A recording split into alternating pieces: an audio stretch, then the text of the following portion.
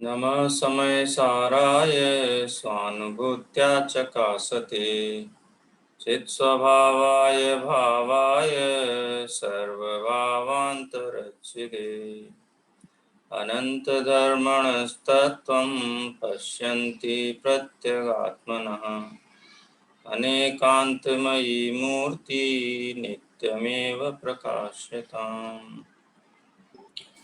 गाथा क्रमांक 116 से 120 इन 5 गाथाओं के आधार पर अपनी चर्चा चल रही है। गाथाओं का जो मूल विषय है वो ये है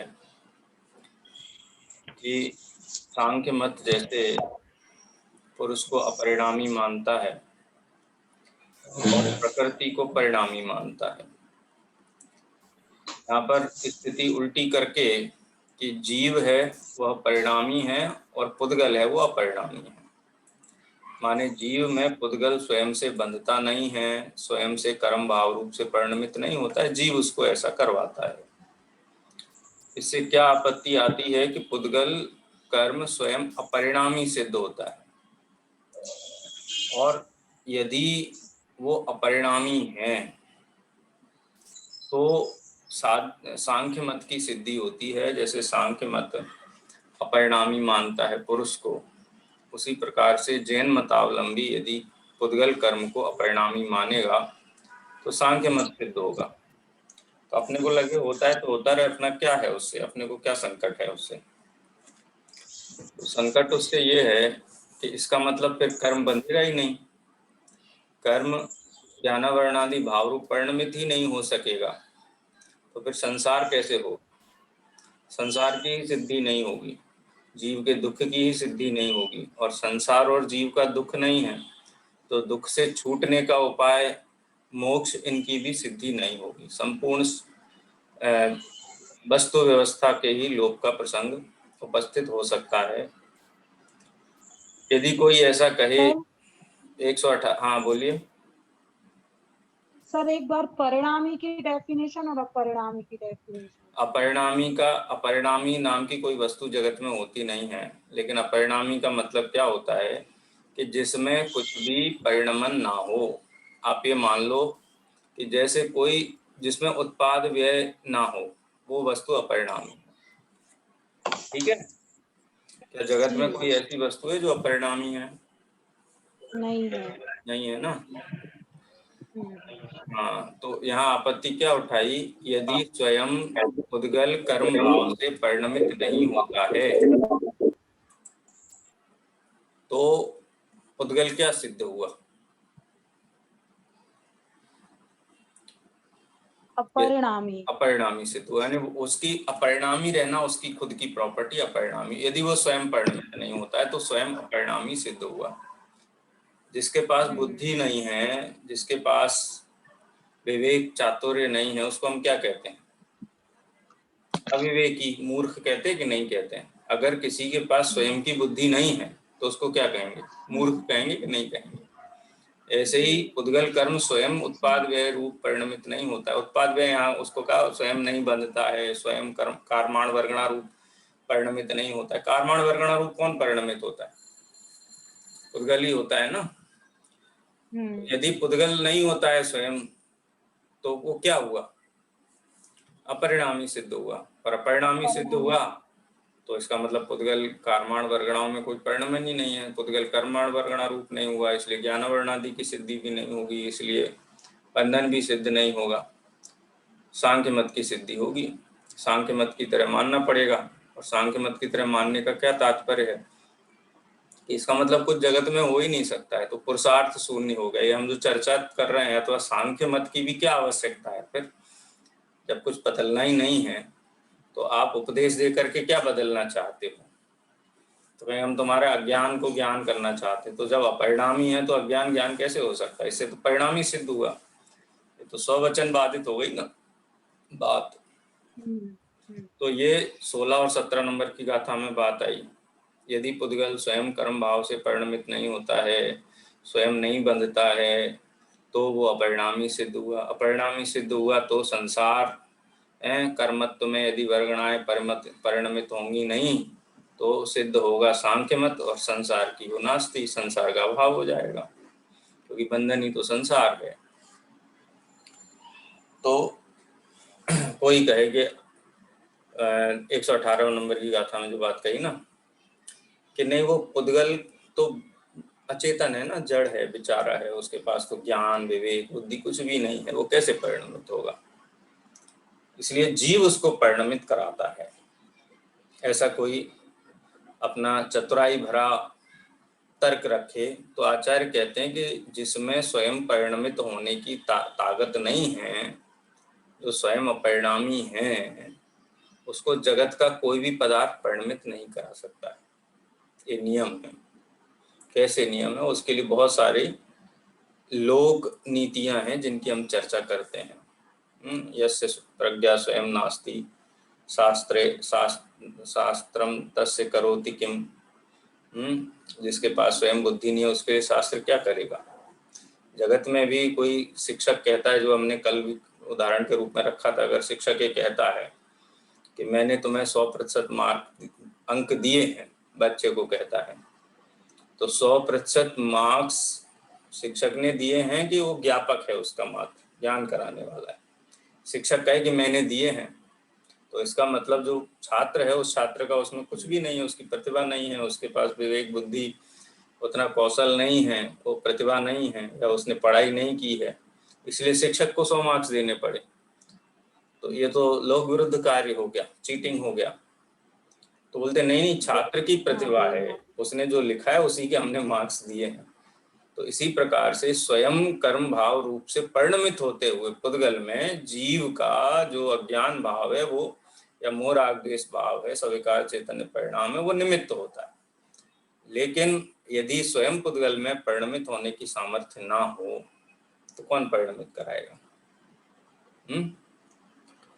कोई नहीं करा सकता। कोई नहीं करा सकता ना। तो ये 118वें नंबर की गाथा में आचार्य देव ने कहा कि यदि कोई ऐसा कहे कि वो स्वयं तो नहीं हो सकता है लेकिन मैं कराता हूँ, जैसे माताएं बहनें कहती हैं, माताएं कहती हैं कि हमने तुमको पाल पोस के बड़ा किया, तो जिनकी माताएं नहीं होती हैं क्या वो बच्चे बड़े नहीं होते क्या? हैं? 10 साल में 20 साल का करके दिखाओ, अगर अपन ने बड़ा यस, तो बड़ा करना है, अगर तुम ही करता हो तो कर दो, जल्दी बड़ा कर दो, अंतर्मूर्त के अंदर ही बड़ा कर दो। तो इसका मतलब वो हुआ तो स्वयं है, लेकिन योग उपयोग उससे जुड़ा है, इसलिए जगत में व्यवहार नहीं से ऐसा भी कहा जाता है। उन कथनों का कोई निरादर नहीं है, लेकिन उन कथनों की सच्चाई ये है कि वो स्वयं बड़ा हुआ है, लेकिन योग उपयोग अभिभावकों का उससे जुड़ा हुआ है। इसलिए विनम्रता की भाषा में बच्चे कहते हैं कि आपने हमको पाल पोस के इतना बड़ा किया है, अब हमारा कर्तव्य है कि हम आपकी सेवा करें। विनम्रता की भाषा में कहा जाता है।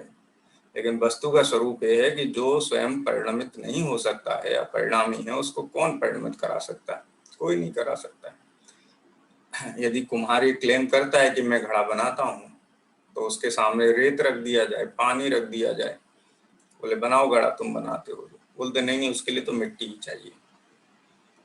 क्यों? क्योंकि मिट्टी ही घड़े रूप परिणमित हो सकती है। तो इसका मिट्टी परिणामी सिद्ध हुई ना पहले तो स्वयं घड़े रूप परिणमित होती है। इस बात को कहने में क्या आपत्ति है?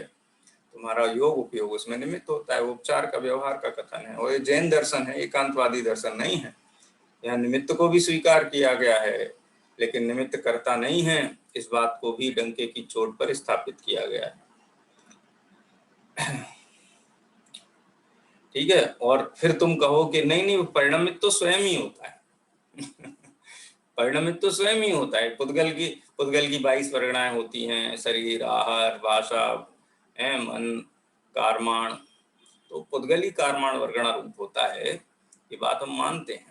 अगर ये बात मानते हो तो फिर कर्तापन क्यों लेते हो माथे पे कि मैं शुभ भाव करूंगा तो पुण्य का बंध होगा, और मैं चतुराई करूंगा तो धन आएगा, मैं बालकों को शिक्षा दूंगा, मैं परिवार को चलाऊंगा, मैं रोटी को बनाऊंगा, मैं व्यापार करूंगा। जब वो स्वयं ही होता, स्वयं जगत परिणाम, ये बात जब तुम मानते हो तो फिर कर्तृत्व के भार से क्यों दबे हुए हो? आई बात ख्याल में? ये बात आचार्य देव 119 नंबर की गाथा में कहते हैं, मिथ्या रही यह बात उनको परिणमावे आत्मा। यह जीव या मैं इनको परिणमित कराता हूँ, फिर तो ये मिथ्या ही सिद्ध हुआ ना। माता कहती है कि मैंने तुमको पाल पोस के बड़ा किया है, और वो तो 20 वर्ष का समय लगा, 20 वर्ष के होने में, 18 वर्ष के होने में उतना समय लगा, तो वो तो स्वयं ही बड़ा हुआ है। लेकिन माता ये क्लेम करे तो कहे कि ठीक है कर दो, अंतर मुहूर्त में बड़ा कर दो। बोले अंतर मुहूर्त में कैसे बड़ा कर दें? तो इसका मतलब स्वयं बड़ा हुआ है। तो ये बात असत्य सिद्ध हुई ना कि तुमने बड़ा किया है। तुमने बड़ा किया है, इसमें कोई शान की बात नहीं है। ये दुखों के मूल हैं। अहम एदम एदम अहम अहम एदस, ये तो दुखों का मूल है, ये तो अज्ञान का मूल है कि मैं परिणमित कराता हूँ। इसमें कोई शान की बात नहीं है, इसमें क्रेडिट लेने वाली कोई भी बात नहीं है। और जगत में भी ये क्रेडिट लेने को कोई अच्छा नहीं माना जाता है। कोई काम करो फिर आप उसका बखान करो, मैंने किया मैंने किया मैंने किया मैंने किया। लोग सुनकर के क्या कहते हैं? तो वो तो उसमें कोई प्रसिद्धि नहीं है। प्रसिद्धि तो अपने स्वाभाविक ज्ञान दर्शन रूप परिणाम में परिणमित होने में है। पंच परमेष्ठियों की प्रसिद्धि इसीलिए है, अरहंत सिद्धों की प्रसिद्धि इसीलिए है क्योंकि वो अपने स्वगुण परिणाम रूप परिणमित होते हैं। पर के कर्तृत्व का अहंकार उनको स्पर्श भी नहीं कर सकता है। इसीलिए आचार्य देव कहते हैं कि जीवो परिणाम यदे कम्मम कम्मत्तम इति मिच्छा। कर्मों को कर्म भाव रूप से परिणमित कराता है जीव, ये बात मिथ्या है। इसका अहंकार लेने का अगर तुम प्रयास करोगे तो सिवाय मोह राग द्वेष आदि के कुछ हाथ नहीं आएगा और संसार ही बढ़ेगा। इसलिए इस जैसी झूठी अहंकार में पड़ने की कोई आवश्यकता नहीं। इसलिए जड़ कर्म परिणत जिस तरह पुद्गल द्रव ही कर्म है, कार्माण वर्गणा रूप परिणमित होने वाला पुद्गल द्रव्य ही कर्म है। इसलिए जड़ ज्ञान आवरणादि परिणत ज्ञान आवरणादि हैं, वही पुद्गल द्रव्य ज्ञान ज्ञानावरण आदि 8 कर्म 148 प्रकृतियों रूप परिणमित हो रहा है। वो क्या है? वो ज्ञान आवरण आदि क्या है? वो पुद्गल ही है, पुद्गल का ही परिणाम है। उसमें जीव ने क्या किया? कुछ नहीं किया है। जब तक मानता है तब तक बिना रस्सी के बंधे हुए ऊंट की तरह बंधा रहता है। ये इसी बात को आचार्य देव ने टीका में हूबहू इन्हीं शब्दों का प्रयोग करते हुए पूरी बात रखी, क्योंकि इतनी आचार्य कुंदकुंद देव ने इतनी प्रबल युक्तियों से ये बात स्पष्ट की कि स्वयं आचार्य अमृत चंद्र देव ने मानो कि प्राकृत भाषा को सरल संस्कृत भाषा में अनुदित कर करके वहां पर रख दिया। ठीक है, आचार्य अमृत चंद्र देव की टीका तक हमने पढ़ लिया था, और अगर उसमें कोई विमर्श का विषय हो, कोई बात ख्याल में ना आई हो तो उस पर हम चर्चा कर सकते हैं, नहीं तो मुझे लगता है कि आगे बढ़ना चाहिए हमको। अलका जी। सर। हाँ बोलिए आराधना जी। सर हाँ जी। सर, ये जो सांख्य मत वाले सर्वथा द्रव्य को सर्वथा अपरिणामी मानते हैं, तो फिर वो जगत का परिणमन किस तरह से देखते हैं? देखो, सांख्य मत में 2 प्रधान तत्व माने गए हैं, पुरुष और प्रकृति। पुरुष माने आत्मा, और वो आत्मा माने परमात्मा का अंश है। वो उनके यहाँ अपने जैसे अपने आप प्रत्येक आत्मा स्वतंत्र है, ऐसा प्रत्येक आत्मा का कॉन्सेप्ट वैदिक मतों में नहीं है। वो मानते हैं कि एक ही परम ब्रह्म आत्मा है और उस आत्मा के अंश उस परमात्मा से अलग होकर के जगत में परिभ्रमण कर रहे हैं, और वही अंश वापस परमात्मा में मिल जाते हैं तो वो पूर्ण हो जाते हैं। और पूरा वैदिक मत इसी पर है, इसी कबीरदास जी वगैरह है।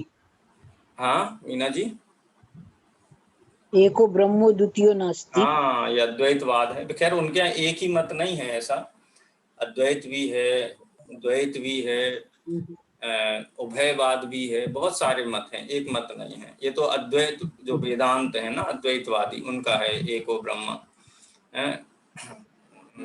वो है ना एक, सर्वं वै खलुदं ब्रह्म नेह नानास्ति किंचन आरामं तम तस्य पश्यन्ति न तम पश्यन्ति कंचन। जैसे आप उद्यान में नेत्र खोलते हैं और एकदम से सब कुछ एक जैसा दिखता है, एक क्षण के लिए तो माने एक धुंध जैसा दिखाई देता है, बस वही ब्रह्म है।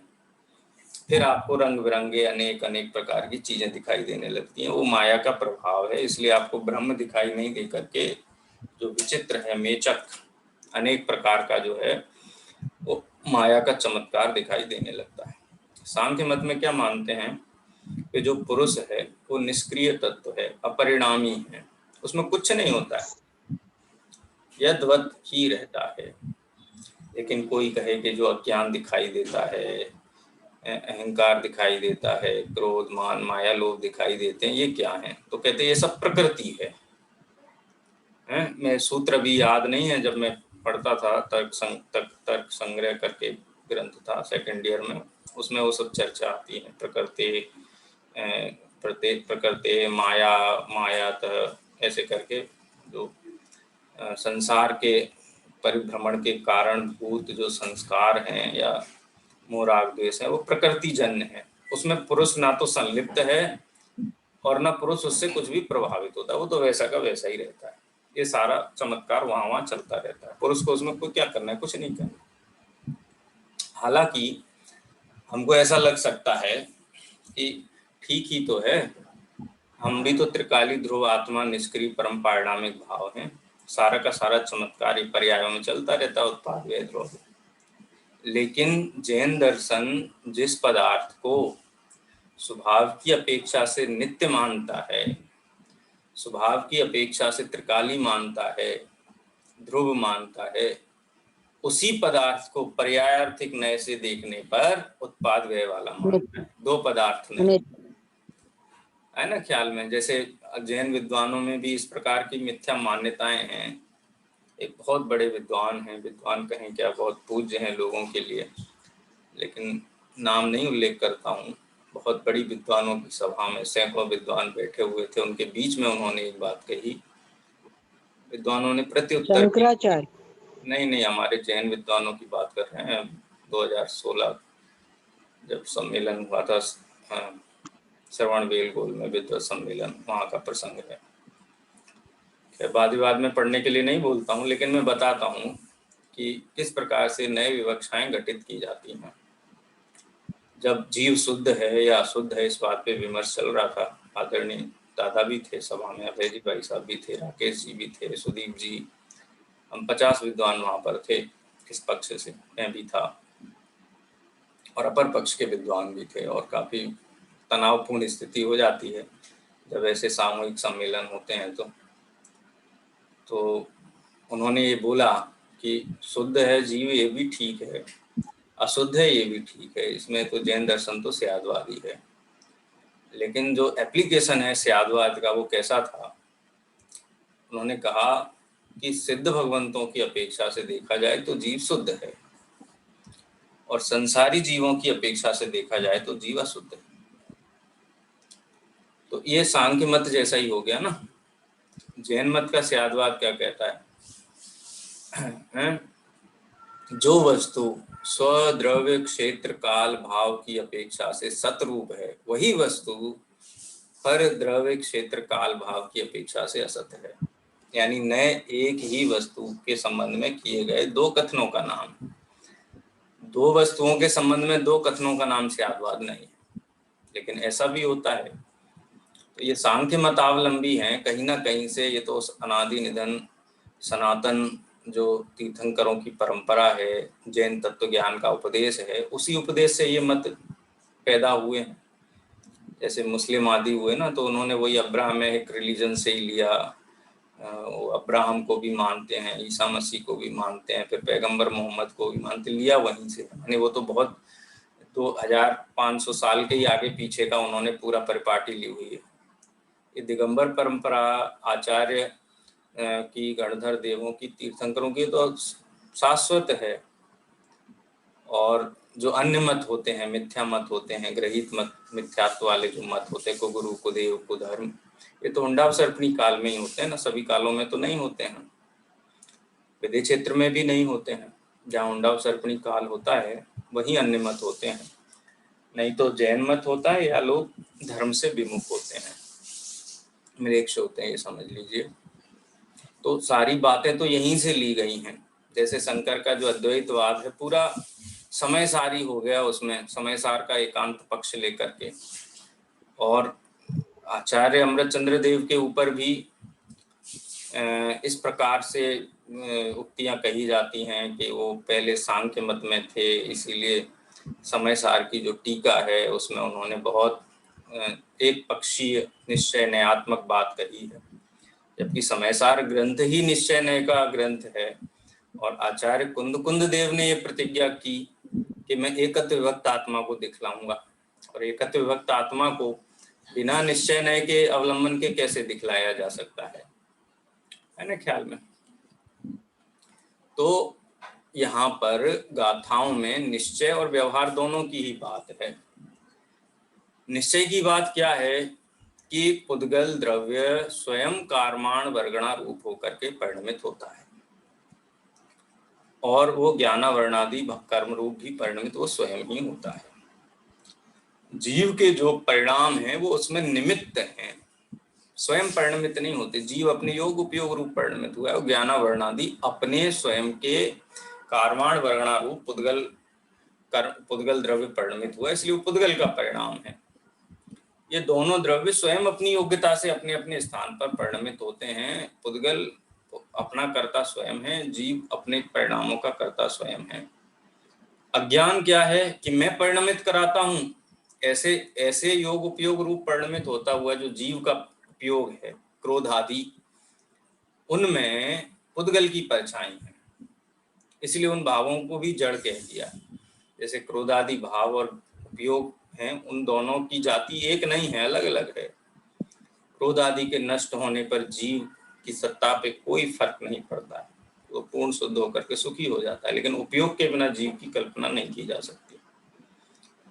इसलिए मैं पर का करता हूँ, शुभ भाव करके पुण्य बांधूंगा, ये तो खुली सभाओं में ये उपदेश दिया जाता है। एक अद्भुत वक्ता गुरुदेव श्री हुए हैं जिन्होंने जैन धर्म की लाज रखी इस मामले में, नहीं तो किसी भी मूल शास्त्र में पुण्य का उपदेश नहीं है।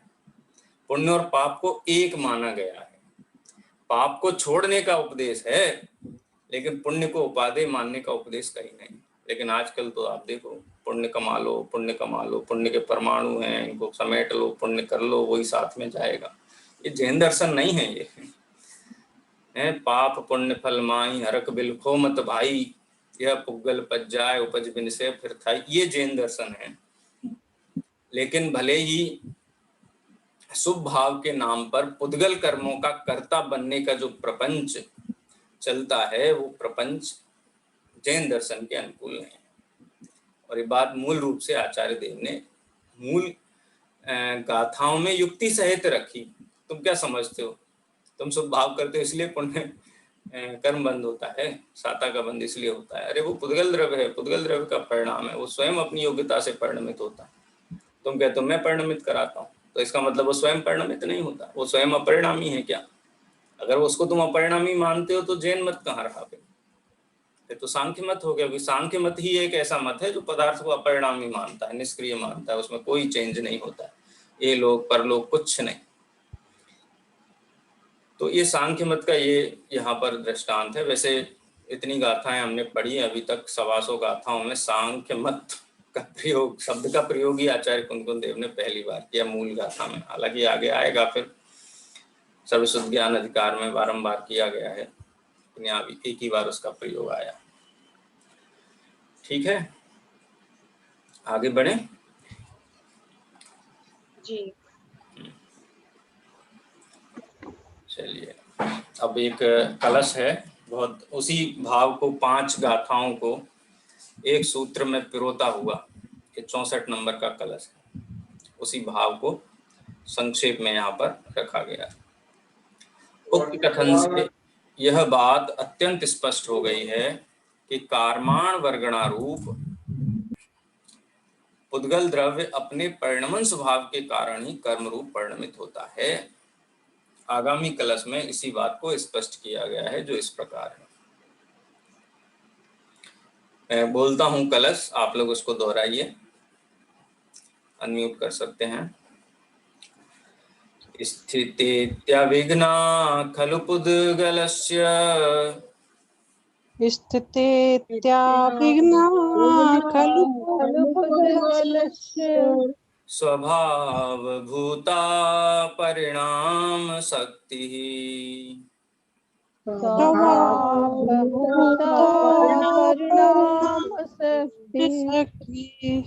तस्यां स्थितायां सकरोति भावम्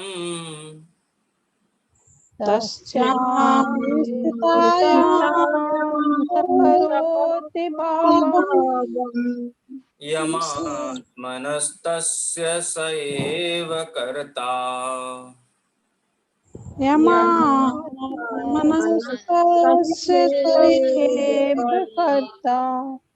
एकदम हिंदी जैसा ही कलश है, संस्कृत में है लेकिन एकदम हिंदी जैसा है। देखो, स्थिति स्थित इति अविघ्ना, स्थिति माने सिद्ध हुआ, ये स्थित हो गया, अब ये बात स्थापित हो गई। इति स्थित अविघ्ना, अविघ्ना माने निर्विघ्न रूप से, निर्विवाद रूप से। अब इस बात पे किसी को भी प्रश्न नहीं होना चाहिए। जिस युक्ति पूर्वक यहाँ बात रखी गई है उस युक्ति पर, माने ये कहते हैं आचार्य अमृत चंद्र देव, आचार्य कुंद देव ने इतनी स्पष्ट युक्तियां रख दी हैं कि अब ये बात अविघ्न रूप से स्थित हो गई है। कौन सी बात? कि पुद्गलस्य परिणाम शक्ति स्वभाव भूता।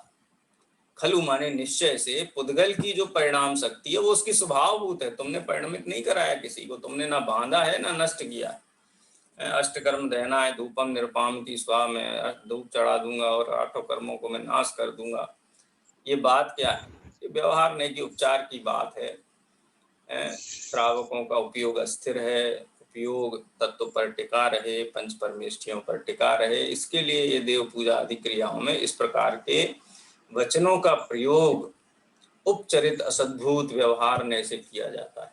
और उपचरित का भी बहुत लंबा उपचार है, वो कोई बहुत घनिष्ठ उपचार नहीं है। ठीक है, जैसे भगवान की दिव्य ध्वनि कीर्ति है, ऐसा उपचार भी नहीं है वो तो। अष्टकर्म देना धूपम निरुपाम की स्वा।